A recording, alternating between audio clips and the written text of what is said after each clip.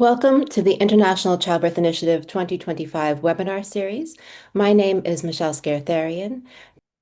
Today's subject is the prevalence of mistreatment and disrespect during pregnancy and childbirth, and this session was adapted from a presentation that was given for the Center of Reproductive Rights based on some of their work for the Centering Autonomy and Decision-Making in Maternal Health report, which is available from the Center for Reproductive Rights website. We've also done a complimentary webinar in this series that was presented in July 2025 by Alejandra Cardenas, and I will share that information. It is available from the International Childbirth Initiative YouTube channel. For those of you who are new to the International Childbirth Initiative, ICI provides a framework for the implementation of safe and respectful care with 12 steps.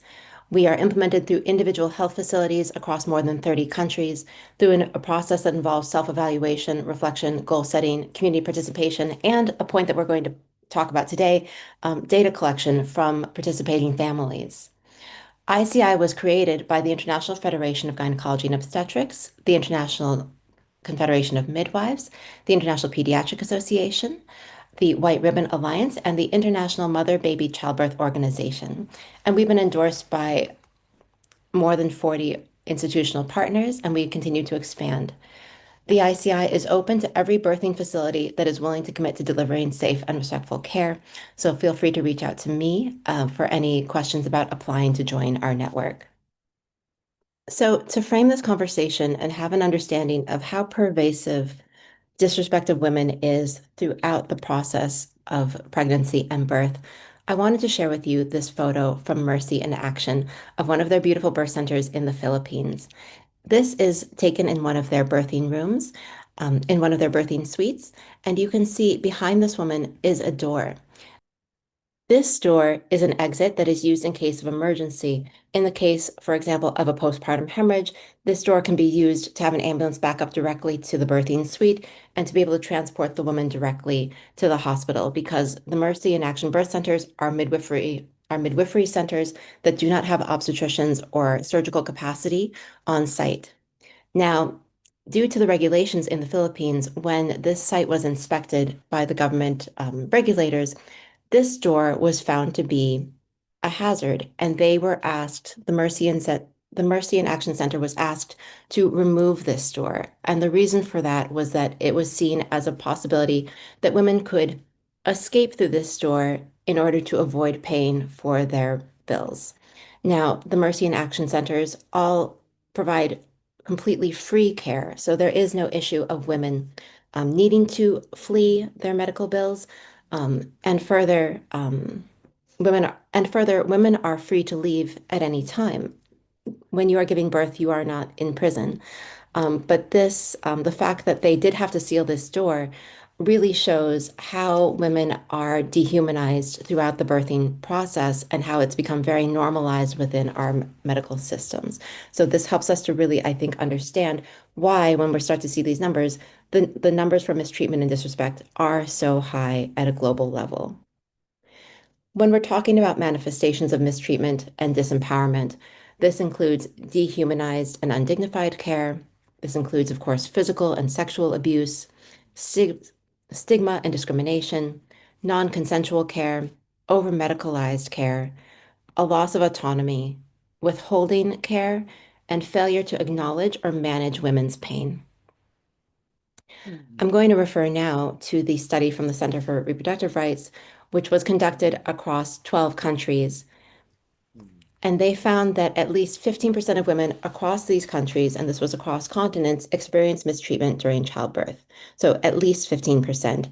They found rates as high as 95 to 100%, depending on how we are classifying and asking the questions about mistreatment. These high numbers were seen in India, Pakistan, and Romania.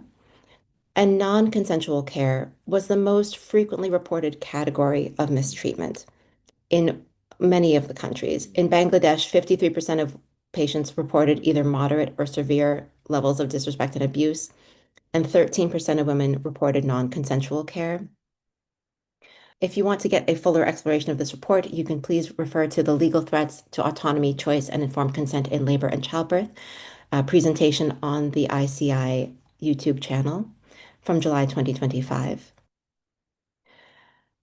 So as we continue to look at the studies, we can see that the numbers are really all over the map. So in Australia, we are seeing just under 12% of women reporting mistreatment. In Brazil, this goes up to 44%. In France, again, it's around the same level, measured at around the same level as Australia. Mexico, it goes up again to 31%. Romania, depending on how we're describing it, it goes from 16% to 95%. In Spain, 38%. And the different categories, again, there's wide variation, and there's quite a bit of difference in the questions being asked about whether women were being infantilized. In the case of Australia, 5%, and in Mexico, 23% of women being dehumanized or infantilized. Physical violations are typically very low, but unnecessary, painful, and unconsented procedures tend to be higher. In Romania, 86% unnecessary, painful, or unconsented procedures. Um, in Spain, 44% of procedures being unnecessary or painful, and then 90% of these unnecessary, painful procedures being performed without consent. And then also inappropriate comments and language. Again, this is varying wildly. So I wanted to start by really thinking about why these numbers look so different. And you can see there's a lot of variation in the forms of mistreatment that are being categorized. So I think that's part of why we see this difference. But it's also in the way the questions are being posed to women. So in Australia, the question was, do you think you experienced obstetric violence? And they went on to define this as dehumanized treatment or abuse by health professionals toward the body or reproductive process of women. In France, they phrased the question quite differently. They asked, during your pregnancy or during the delivery, did the healthcare providers sometimes say things that made you uncomfortable, shocked, or hurt you? Do things that made you uncomfortable, shocked, or hurt you? Or adopt an attitude or behavior that made you uncomfortable, shocked, or hurt you? So you can see that these are different questions, and so people will internalize and interpret it differently when they are answering this question. In Romania, in the Childbirth Experience in Romanian Hospitals survey, which was conducted by the Independent Midwives Association with 5,600 women, 36% of the women in the survey, only 36%, felt that they understood what the term obstetric violence meant. So you can understand if they don't understand this term, they will perhaps be more inclined to say no to the question of did they experience obstetric violence. They also asked women why they did not report obstetric violence, and more than half of them believed that there would be no action taken and therefore it was not worth reporting. Almost half said that they just did not know what to do. Almost half again felt they had no time or energy to make this report. 43% said they just did not trust the health and the justice system. And more than 21%, almost 22%, felt that someone might hurt their baby. So the vulnerable position of women during birth, particularly if they've been separated from their baby, you can see how this will greatly impact their responses depending on when these questions are being asked to them. In France, they conduct a national perinatal survey every 5 years, and this includes all women who have given birth in a 1 to 2 week period across all public and private facilities in France, as well as from the French territories. So the most recent survey was in 2021, and this was done with over 21, this was conducted with over 12,000 women, excuse me. And in this, they found globally that almost 12% of women reported a negative childbirth experience. So again, this is a different question than asking if they experienced obstetric violence. This is a negative birth experience. Further, among the women who had an emergency cesarean section, 34.5% said that their consent was not requested, and an additional 6% did not know if consent had been requested. This is a frequent complaint. We see this also in the Mexico survey, where a large percentage of the women who had an emergency cesarean section, consent was not given by the women, but it was given by another person, including by the father of the newborn.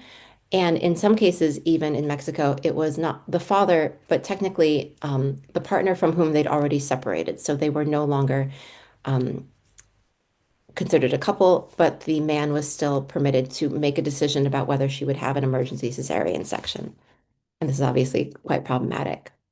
In France, they found 7% inappropriate physical contact. And on the bright side, since the previous survey in 2016, they did find an increase in women who were arriving with a written birth plan. So a lot of these surveys are focused on the negative aspects of women's experience, but there are some questions, more and more questions being asked about protective and positive factors. In the case of this survey, they are asking women whether they had the opportunity to prepare a written birth plan, and they have found that in the 5 years since the previous survey, the number of women who arrived to the hospital with a written birth plan increased from 3.7% to just over 10%.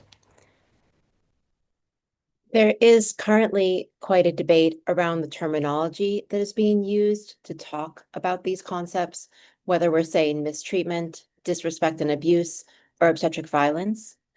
The definition of obstetric violence that is given by the Observatory in Spain is the act of ignoring the authority and autonomy that women have over their sexuality, their bodies, their babies, and their pregnancy, birth experiences, and of ignoring the spontaneity, postures, rhythms, and times the birth required to progress normally.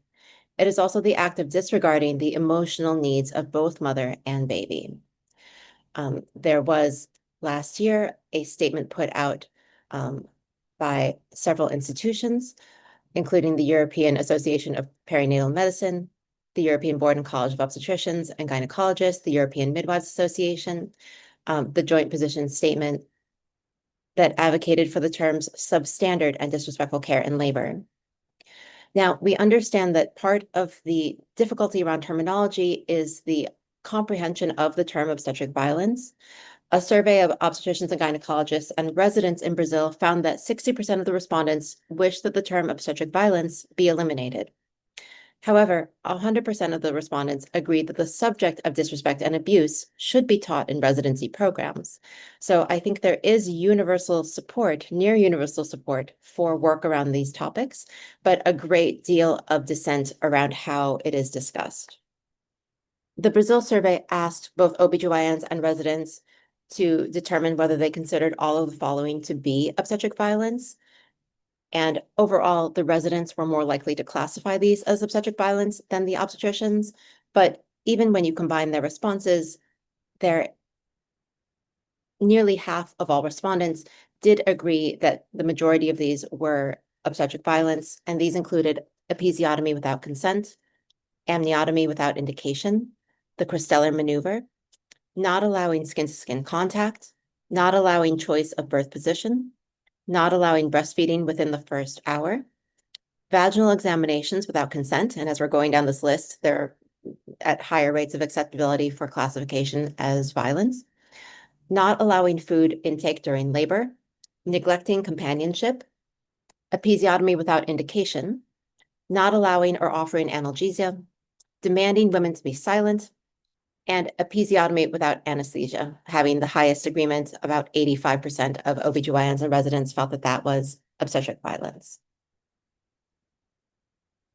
The Mexican survey, National Survey on the Dynamics of Household Relationships in 2021, looks at the prevalence of violence faced by women age 15 and up, according to the type of violence and setting. This includes school, work, community, family, and intimate partner.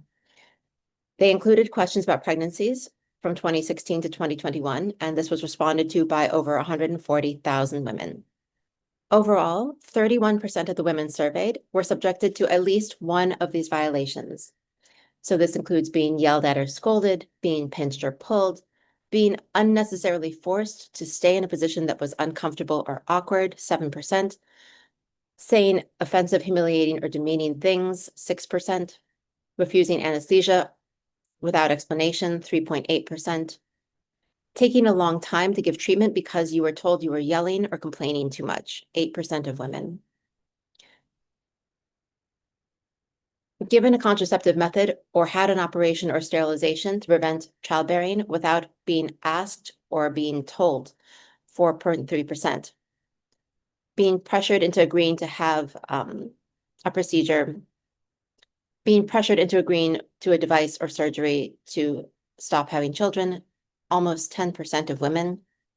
And what I think is Particularly stark, the women with cesarean section, as mentioned earlier, not being informed in a way that they could understand why it was necessary to have a C-section, 8.6%, and the same percentage not giving permission or authorization for the cesarean section, having someone else sign on their behalf, 8.6%. So you can see that the consent issue and the information issue is a very stark problem when we're talking about disrespect of women. So in the Romanian survey conducted by the Independent Midwives Association, the survey classified several aspects of care as obstetric violence that were not considered in other surveys. Also, rather than relying on women's interpretation, because women showed that they had a low understanding of the definition of obstetric violence, they classified women who responded yes to any one of 27 defined violations as having experienced obstetric violence, which is what led to them finding a 96% prevalence rate of obstetric violence. So you can see in this case, by not asking women directly whether they experienced obstetric violence, but simply asking them other questions and then classifying them as violence on their own by the research classification by the researchers, they ended up with a much higher response rate of obstetric violence than if they had simply asked women for their determination of their experience. So women reported that there was communication done in a language that was unknown to patient, more than 50%, separation from baby after birth, inappropriate conversation by the staff in the presence of the woman, almost 60%. More than 3/4 of women experienced long labor without medical care. Around 3/4 of women also had their movement restricted during labor. They considered lack of access to free prenatal or postpartum care to be obstetric violence, and that was 39 to 45%. And the use of fundal pressure, again, about 3/4 of women experienced this. In Colombia, among women who had a vaginal birth, only 5% of participants were able to choose their birth position, and only 27% of participants reported that their cultural practices were respected during childbirth. Black women, migrant women, rural women, women with lower educational attainment, and poor women were all more likely to have a cesarean section scheduled around the doctor's personal life, including accommodating their vacations or birthdays.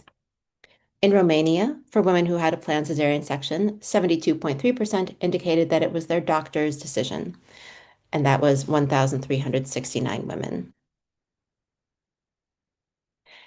In Sao Paulo, Brazil, women have the right to a cesarean section on request, and they must be respected in their autonomy. Cesarean section at the request of the parturient carried out from 39 weeks gestation after having been made aware and informed about the benefits of normal delivery and the risks of successive cesarean section. Women who choose to have a normal vaginal delivery are also to be respected in their autonomy if they have the correct clinical conditions. However, doctors, if they disagree with the birthing person's decision, have the right to forward her to another professional. They do not have to carry out the birth by her desired method. The Changing Childbirth in British Columbia study looks at patient-led decision-making and women's feelings of respect in maternity care. They found that women were less likely to have autonomy in their decision-making if they were considered to be having a high-risk pregnancy or had complicating factors. If the woman's opinion was different from that of her healthcare provider, the woman was less likely to have her decision honored. If the provider was a doctor instead of a midwife, and if the patient had a lower educational attainment, or if the providers were discriminating against them. However, you can see that the provider refusing to honor a woman's decision when it differs from their own, the flip side of that means that the providers followed the women's choices when they aligned with the healthcare provider's preferred decision. So that's not really as much allowing women to make their own choices as the fact that there was no conflict between the provider's decision and the woman's decision around what should be done. So we have looked at a lot of data about women's experience of disrespect during childbirth and during pregnancy. But I think it's also important that we consider that there is also data on the impact of that disrespect. And we know that there are many different outcomes that are impacted by women's experience. So just to give a little bit of an example of the immediate impact of disrespectful treatment of women, particularly around informed consent. There was a study conducted in Kenya with 1,018 women, which was looking at women's ability to consent to procedures for their newborn and the impact of that inclusion in decision making. So in this study, 18% of women were separated from their newborn for more than 10 minutes. 45% of these mothers thought that the separation was unnecessary. 60% of the mothers said that procedures had been done to their newborn without the mother being asked permission, and 8% did not know why they were separated. That in and of itself is a problem. However, the women who were separated for more than 10 minutes, they were 44% less likely to be exclusively breastfeeding a few weeks later compared to the women who did not experience that separation. Further, the mothers who were asked to agree to every intervention for their newborn were nearly 3 times more likely to be satisfied with their care. They were 27% more likely to return for postpartum care, and they were 33% more likely to be breastfeeding at 10 weeks. So there are a lot of unforeseen outcomes that are impacted by the way that women are treated and by their inclusion in the decision-making process that we need to take to heart when we are thinking about the care that's being offered to women and their participation in decision-making during pregnancy and childbirth. I would like to briefly touch on the ICI questionnaires with just one last slide. So many of you are already participating with the International Childbirth Initiative and using our women's questionnaires in order to gather data routinely on women's experience of respect and inclusion in decision-making. And the secondary questionnaire, which is for the companions, which can be administered to fathers, to family members, to other companions, including doulas, to understand their perspective on how the women were treated, as well as how the companions themselves were included during the birth. So I wanted to share a really fantastic question about women's experience that was added by our Canadian colleagues at Brome-Missisquoi Perkins Hospital in Quebec. They had a question that we have now shared out and included on the questionnaire for other countries, asking women to choose two emotions that best express their feelings at the time of delivery. And I'm really happy to share that when we aggregate this data across several countries, we find that the highest responses are that women are feeling supported, they're feeling secure, and they're feeling capable. And we find that this is quite universal across our ICI sites, with lower numbers of women feeling anxiety, feeling exhaustion. Some women are feeling relaxed. And we've noticed that overall, the lowest responses are women who are feeling passive during their birth, feeling dependent on their providers, or feeling incapable. That has been universally low across our healthcare facilities. So just a point that I wanted to share a bit more positive at the end of this. So with that, I'm very happy to open up the discussion now so that we can talk about what this data means for all of us. Any questions that people may have about the process of collecting data around disrespect or the use of the ICI questionnaires, and your experiences with any data that you have been collecting at your facilities or within your setting.